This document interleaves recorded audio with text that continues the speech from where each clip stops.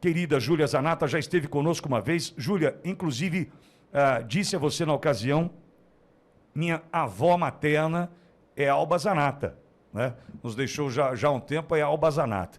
Tem um primo querido, Flávio Zanata. Não trago Zanata no meu sobrenome, porque é minha avó materna. Trago o Pitoli, né, do meu avô paterno, Pedro Pitoli Neto. Né? Por isso que não tenho Zanata no meu sobrenome, mas a minha avó Zanata, querida avó Alba. E é como se eu estivesse conversando com uma dessas minhas primas queridas, viu, Júlia? Seja bem-vinda, é uma honra vê-la e ouvi-la por aqui.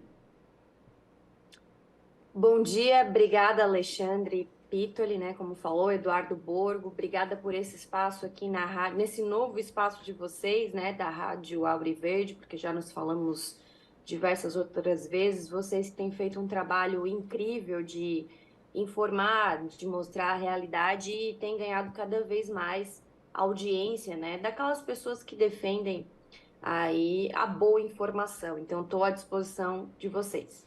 Aliás, viu, Júlia, você pronunciou corretamente o meu sobrenome, Pitoli. Entretanto, aqui no Brasil mandaram um Pitoli e ficou Pitoli, Júlia. Então, você lê é Pitoli mesmo. Você tá, mas todo mundo é Pitoli, cara. Enfim, desde que me conheço por gente. Pitoli. Mas o certo é Pitoli, você está correta. Você está correta. Ô, Júlia, você falou desse trabalho que a gente tem feito aqui, mas eu preciso enaltecer o seu trabalho. E enaltecendo o seu trabalho, dos seus pares da direita conservadora do Brasil, preciso lhe perguntar, é fácil defender os nossos valores ali no Congresso? Quais são as dificuldades que uma parlamentar como você enfrenta ao defender valores inegociáveis para nós, Julia? Olha, quando eu acordo todo dia e sei que eu vou enfrentar uma série de dificuldades, sinceramente eu não penso, hoje vai ser um dia difícil, hoje vai ser um dia fácil, né? Eu peço a Deus sempre para me forjar como uma pessoa forte para enfrentar qualquer coisa que eu tenha que enfrentar na minha vida, né? Isso não é hoje que eu sou parlamentar, sempre foi assim. Eu nunca pedi, né, Deus, eu quero ter uma vida fácil. Não, eu falei, Deus, eu quero ser forte e corajosa para ter condições de enfrentar qualquer desafio. Então, eu acho que, como eu não penso nesse lado de ser difícil, eu acho que eu tenho isso como uma missão. Agora, claro que a gente entende que dentro do parlamento hoje tentam nos excluir, tentam nos chamar de radicais extremistas. Por que que nos chamam disso? Porque se você pegar lá o placar feito, por exemplo, pelo deputado Maurício Marcon, que constantemente dá entrevista aqui para vocês também, um grande colega lá do Rio Grande do Sul, eu estou lá eu sou a primeira de presenças, né, na Câmara dos Deputados ali entre os colegas opositores. Tem muitos que estão ali quase me passando, né? Tem muitos parlamentares hoje nesse sentido trabalhando muito para defender aquilo que leva o Brasil para frente, o brasileiro trabalhador, né? Então, é por isso que querem nos taxar de radical, né? Por isso que querem nos deixar excluídos, por exemplo, da escolha das pautas que vão para a votação na Câmara dos Deputados. Se você pegar, ultimamente, o que tem ido para a pauta na Câmara dos Deputados é de ficar de cabelo em pé. Cota para morador de rua em empresas, obrigatoriedade para que empresas tenham bicicletário. Ah, parece bonitinho, parece lindo, maravilhoso, mas o que nós estamos fazendo? O que o parlamento brasileiro faz com leis como essa? Ele permite a expoliação legalizada, ele permite a estatização das empresas praticamente por meio de leis, porque a burocracia exagerada, exacerbada, a gente não percebe, mas nós estamos estatizando nossas empresas por meio de lei, né? Por meio do processo legislativo. E por isso que lá nós batemos o pé, somos contra, nos chamar, Júlia, você vai ficar isolada. Outro dia eu estava na Comissão de Constituição e Justiça, da qual eu sou membro. Você vai ficar isolada se você votar dessa forma, porque eu fui contra cotas, assim. Mas eu não ligo para ficar isolada. Eu só ligo se eu ficar isolada das pessoas que me colocaram aqui nesse parlamento, das pessoas que confiaram em mim. Agora, ficar isolado no parlamento hoje, não sei nem se é tão ruim. Agora, Júlia, conversamos há pouco, agora, com o Eduardo Bolsonaro, sobre a visita dos parlamentares ao parlamento norte-americano para tentar mostrar o que está acontecendo por aqui, para que seja preservada, pelo menos até aqui, essa liberdade que temos de poder te ouvir, de poder tratar desses assuntos. Qual a tua avaliação desta viagem? Você esteve ou está nos Estados Unidos, Júlia? Eu estou nos Estados Unidos, estou em Washington, D.C. Estou voltando hoje para o Brasil. Meu voo é às 10 da noite daqui, né? Então amanhã já estou de volta no Brasil. Eu achei essa viagem, né, que foi liderada pelo Eduardo Bolsonaro, a delegação com deputados e senadores, excelente, porque e mais excelente ainda pela reação de deputados, de pessoas de esquerda, né? Por exemplo, a presidente do PT, a Gleisi Hoffmann, ela fez um Twitter desesperado, porque a esquerda sempre fez essas conexões internacionais e por isso eles são tão fortes. Então, eu queria deixar aqui, inclusive, que eu já sabia desse trabalho dele, né? Mas eu vi aqui o carinho que as pessoas, o respeito que as pessoas têm pelo Eduardo Bolsonaro. Ele é muito prestigiado aqui nos Estados Unidos, né? E nos levou no gabinete da Marjorie Greene, né? Deputada conservadora aqui, muito ligada ao Trump. E, fomos também no gabinete do Chris Smith. Ele é deputado já faz 43 anos. Na parede dele tem uma carta do Ronald Reagan para ele. Ele é um ícone do movimento pró-vida. E nós fomos também, nesse momento nós nos dividimos em duas delegações. Uma delegação foi para a OEA, na Corte Interamericana de Direitos Humanos, e falamos do que está acontecendo no Brasil. Nós queremos expor as coisas que estão acontecendo no Brasil e criar conexões para que a gente possa realmente ter a nossa versão falada, talvez num parlamento aqui, no Capitol Hill, no parlamento americano. Isso tem muito peso. Nós levamos, inclusive, por exemplo, nós conversamos, por exemplo, sobre um artigo que saiu no Financial Times, que é uma publicação conceituada aqui dos Estados Unidos, e esse artigo do Financial Times, ele fala abertamente que Biden tinha interesses na eleição, por exemplo, de Lula. Cita nomes de pessoas que estariam, que estiveram mais ou menos atuando em prol do Lula, né? E isso é uma coisa muito, muito grave. Nós levamos isso, né, até os parlamentares e nós, inclusive, mostramos as declarações recentes do Lula, que não está indo no sentido, por exemplo, de ser amigo dos Estados Unidos. E Biden fica falando que Lula é amigo dele, mas ele faz movimentos em direção à China, em direção à Rússia, faz inclusive declarações preocupantes, por exemplo, como a que ele fez essa semana, dizendo que se o Hamas cometeu terrorismo, então o Israel também cometeu, equiparando as duas atuações, sendo que recentemente o embaixador de Israel no Brasil esteve na Câmara dos Deputados, Jair Bolsonaro também estava lá, nos mostrando os vídeos das câmaras dos terroristas que foram, né, pegaram com eles e fizeram um compilado para nos mostrar. São coisas terríveis do dia do ataque, aquela rave, aquela festa eletrônica com os jovens. Então, é inadmissível que um chefe de Estado, que um presidente, faça uma declaração dessas. Então, muito boa a viagem aqui, a missão. Lembrando, Alexandre, que essa semana nós, infelizmente, não tivemos sessão no Congresso, na Câmara dos Deputados, e por isso nós estávamos aqui. Lembrando também, tem gente, a esquerda, né, tá falando, porque o nosso eleitor nem reclama disso. A esquerda tá falando, mas vocês, cada um que estava aqui veio do próprio bolso, certo? Nós não tivemos nenhum custo para a Câmara dos Deputados, né, para o contribuinte.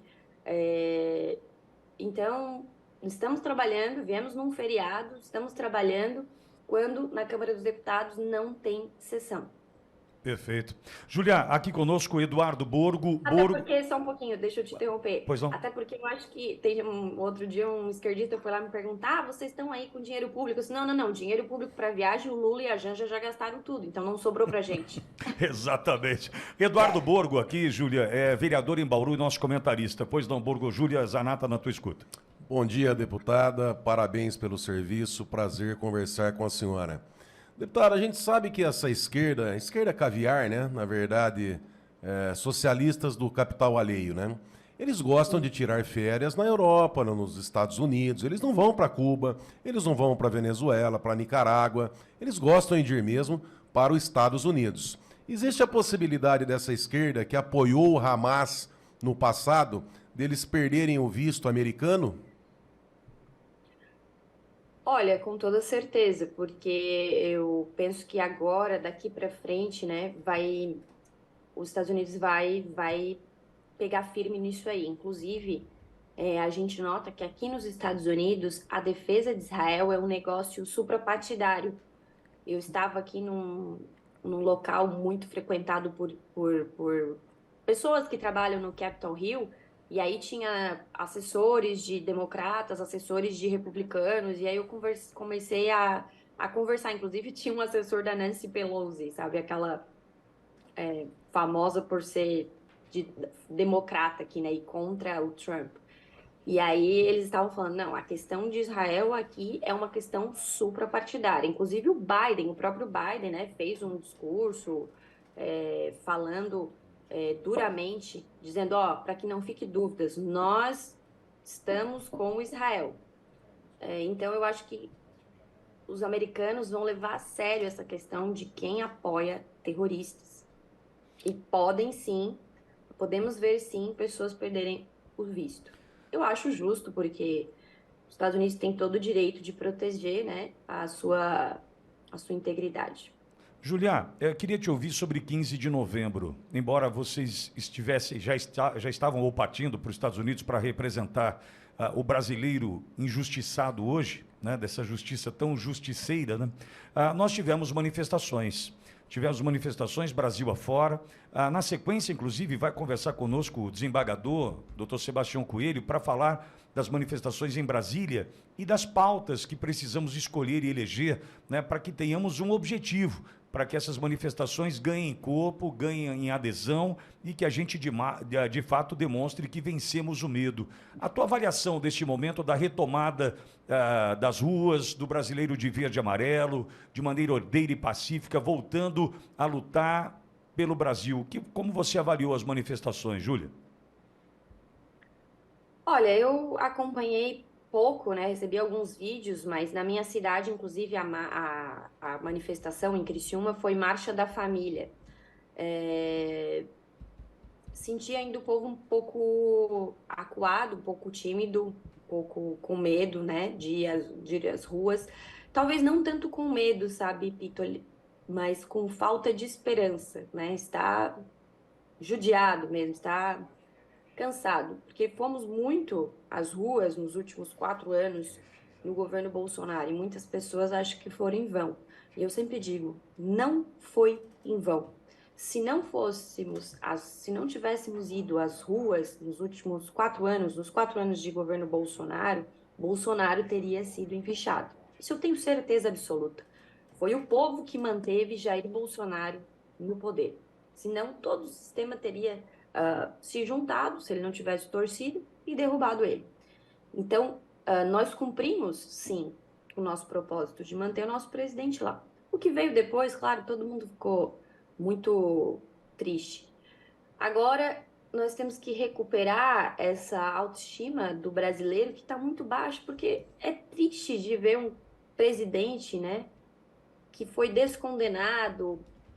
O brasileiro se sente cansado até de acordar para trabalhar. Tem gente que fala comigo e fala isso, sabe, Pitoli?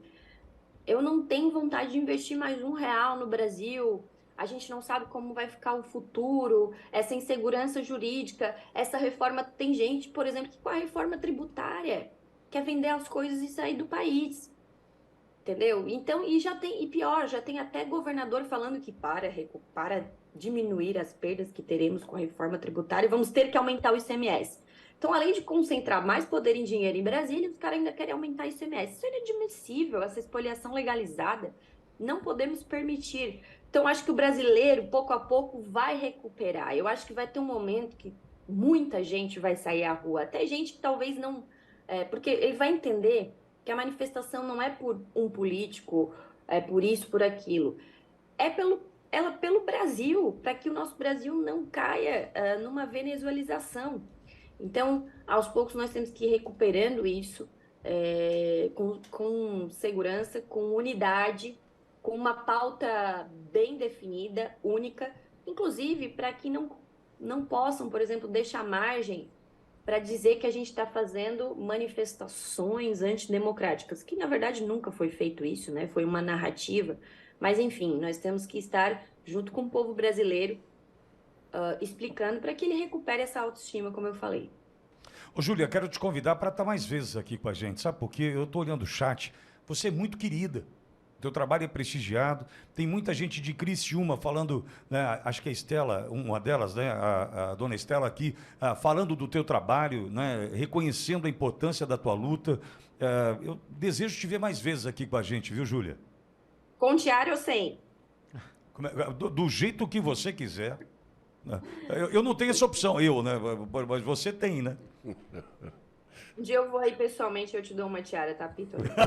Não vai combinar, acho que não vai combinar. Júlia, boa viagem de retorno para o Brasil.